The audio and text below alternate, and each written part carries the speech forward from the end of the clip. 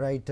మా cinema correspondent Satish కూడా అందుబాటులో ఉన్నారు, మాట్లాడతాం. సతీష్, చెప్పండి. సంగీత ప్రపంచం నీ ఉర్రూతలూగించిన ఆశా భోస్లే ఇక లేరు. దశాబ్దాల పాటు జనరేషన్స్ మారినా ఆవిడ పాట మాత్రం అజరామరం అన్నట్టుగా సాగిన ఆమె సంగీత ప్రస్థానాన్ని ఎలా చూడాలి?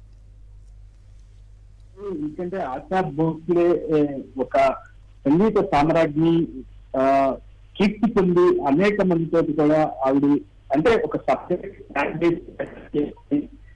అక్క లతా మంగేష్కర్ ఒక స్టేజ్ లో ఉన్నా కూడా ఆవిడ అంటే ఆవిడ యొక్క సంబంధించి వాళ్ళ అక్క చెల్లెళ్ళు అని చూసి కూడా ఆ ప్రపంచంలో లతా మంగేష్కర్ చోదగా కూడా ప్రపంచానికి పరిచయం అయినా కూడా తనదైన శైలిలో ఆవిడ పాటలు పాడి కూడా ఆవిడ సపరేట్ ఫ్యాన్ బేస్ ఏర్పాటు చేసుకున్నారు. ముఖ్యంగా మనం చూడొచ్చు ఇప్పుడు అంటే రీసెంట్ గా అంటే 90 దశకంలో వచ్చిన రంగీల మన ఆర్జీబీకి సంబంధించి సినిమాలో ఆర్పి పట్నాయక్ గారే కాకుండా చాలా మంది అంటే తెలుగు వాళ్ళే కాకుండా ప్రతి భాషలో దాదాపు 14 భాషల్లో వాళ్ళు సినిమాలు పాడారు. మరాఠీ దగ్గర నుంచి ఇటు కన్నడ, తెలుగు ఇట్లా 14 భాషల్లో ఆవిడ పాటలు పాడారు. అంతేకాకుండా ప్రపంచవ్యాప్తంగా కూడా ఆవిడ అభిమానం సంపాదించున్నారు. రంగీల చిత్రంలో అసలు ఆ రోజు కుర్రకారిని ఊపారు. ఆ వాయిస్ అనేది ఆ హస్కీ వాయిస్ అంటారు కదా, ఆ వాయిస్ తోటి కూడా ఆవిడ మైమర్పించారని చెప్పుకోవాలి.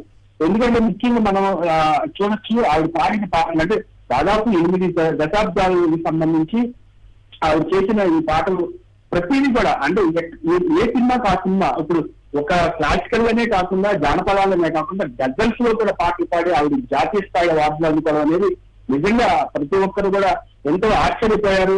ఇలాంటి వాయిస్ అంటే ఒక ప్రేక్షకులను మైమర్పించే వాయిస్ ఆవిడ సొంతమనే చెప్పుకోవాలి. సంగీత ప్రపంచంలో ఆవిడ కంటూ ఒక సిస్టర్ స్థానాన్ని సంపాదించుకున్నారు. అలాగే ప్రేక్షకుల హృదయాల్లో కూడా ఆవిడ సిస్టర్ స్థానాన్ని సంపాదించుకున్నారు. ఈ రోజు ఆశా భోస్లే మరణం చాలా జీర్ణించుకోలేకపోతుంది. ముఖ్యంగా మ్యూజిక్ సంబంధించి సినీ ప్రపంచానికి సంబంధించి చాలా మంది కూడా అంటే ఇట్లా మామూలుగా హాస్పిటల్కి వెళ్ళారు, కోలుకుంటారు, ఖచ్చితంగా ఇది మామూలుగా వచ్చేస్తారు అనుకున్నారు. కానీ ఇటువంటి తరుణంలో ఇలాంటి వార్త వినాల్సి వస్తుందని చెప్పేసి కూడా ఎవరు అనుకోలేదు.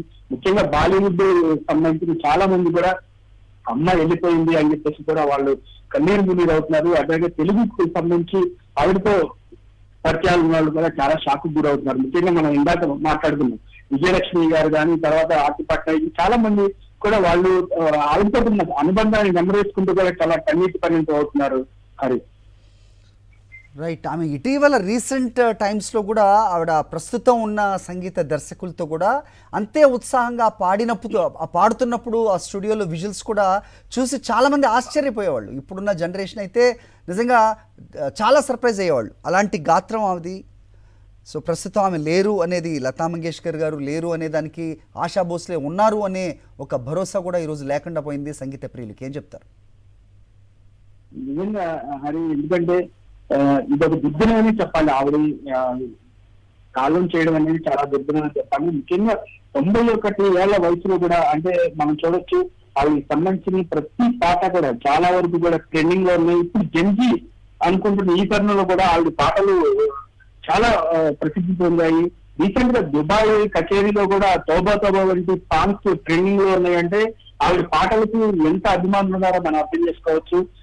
నిజంగా అలాంటి ఆశా భోస్లే అంటే లతా మంగేష్కర్ గారు వెళ్ళిపోయినా ఆశా భోస్లే ఉన్నారనుకునే తరుణంలో ఆవిడ కూడా వెళ్ళిపోవడం అనేది నిజంగా తీరని లోటనే చెప్పుకోవాలి. హరి, దీని మీద అంటే బాలీవుడ్ కి సంబంధించి చాలా మంది ప్రముఖులు స్పందిస్తున్నారు, అలాగే తెలుగుకి సంబంధించి కూడా ప్రముఖులు స్పందిస్తున్నారు.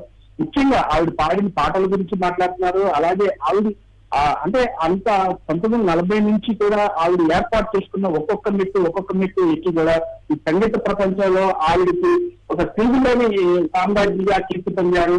నిజంగా ఆవిడతో ఉన్న అంటే ఆవిడ పాటలు మేము పెరిగాము అని చెప్పుకున్న వాళ్ళు కూడా ఉంటున్నారు. నిజంగా అంత మంచి గాన కోకిలలాగా పాడారు. సంగీత సామ్రాజ్యం కీర్తి పొందిన ఆశా భోస్లే లేదు అనేది ఎవరు నమ్మలేకపోతున్నారు. నిజంగా చేరం లోపలే చెప్పాలి. హరి. ఓకే సతీష్.